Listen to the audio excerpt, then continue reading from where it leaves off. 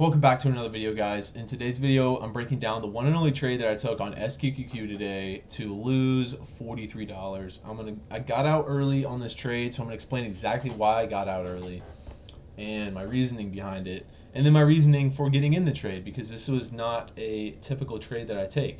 So if we go on Sqqq, you can see if you go to the 15-minute, there's not a shadow supply candle here, right? So you're like, why did you take it? I didn't take it based off of that. We also didn't get a break of either side of the 15-minute opening range, of the 15-minute orb, okay? We didn't get a break of either side. What we did get was a reject at the top of the 15-minute orb, and what I've recognized in the past is if we're at the top of the 15-minute orb and we get a reject and we're overextended from the overnight session, then we can typically get a pullback like this, okay? So that was the idea behind it.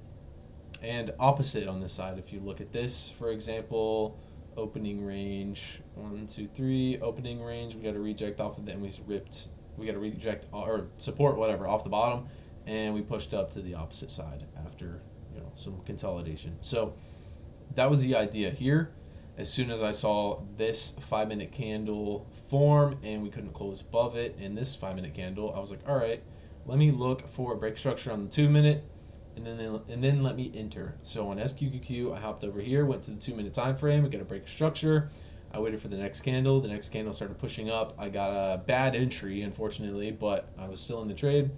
My stop loss was supposed to be at 21.37. I ended up stopping out earlier than that because I did not like. I ended up stopping out at 20. Where does it go? 21.42. There it is.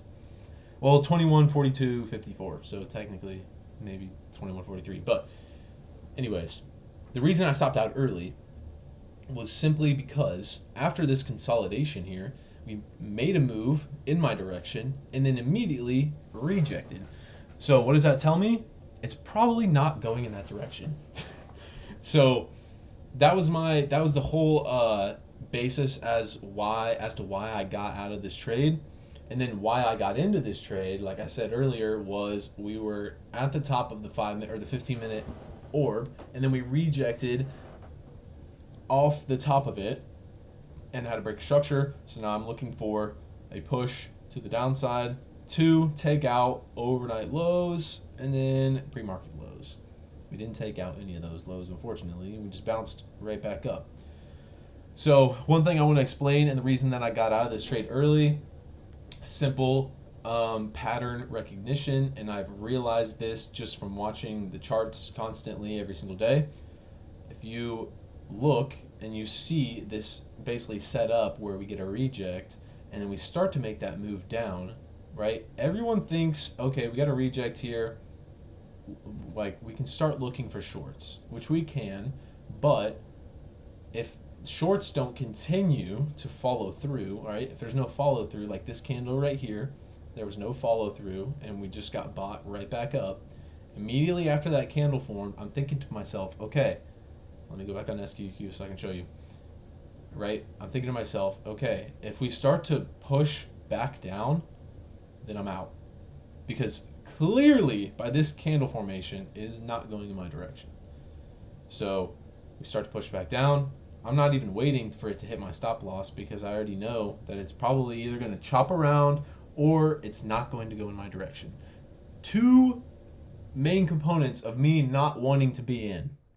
And you shouldn't want to be in when it's chopping around or not going in your direction either. I hope you wouldn't want to be in if it's not going in your direction. So basically, that was the trade for today. I got out early. I lost $43.01. The original stop loss was $110.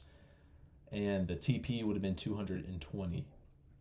The TP was based off of these overnight lows. I'll show you on Sqqq these overnight lows right here.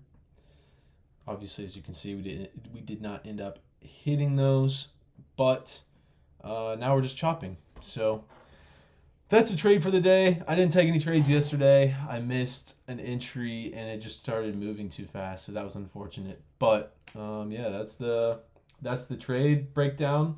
I tried a little bit different strategy. It's still somewhat similar because it's based off of the 15-minute orb. So the 15-minute orb or the shadow supply strategy is what I've been using recently, and it seems to have worked pretty well. So if you guys haven't watched my videos already, shadow supply is a 15-minute candle wick that is longer than the body and the top wick or bottom wick combined. So this, for example, right, long wick, yeah, the body, top wick is basically non-existent. So obviously this is longer than the body on the top wick.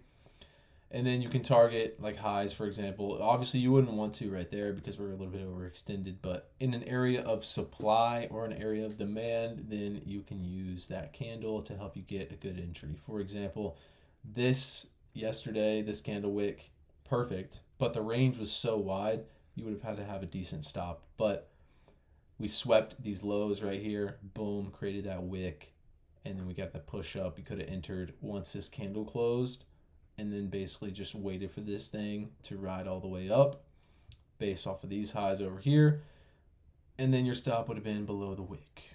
Now I know that's a wide stop, but regardless, that's the one strategy. The other strategy is a 15-minute orb, which is just breaking either side of these orange lines, which is the 15-minute low and 15-minute high of the day.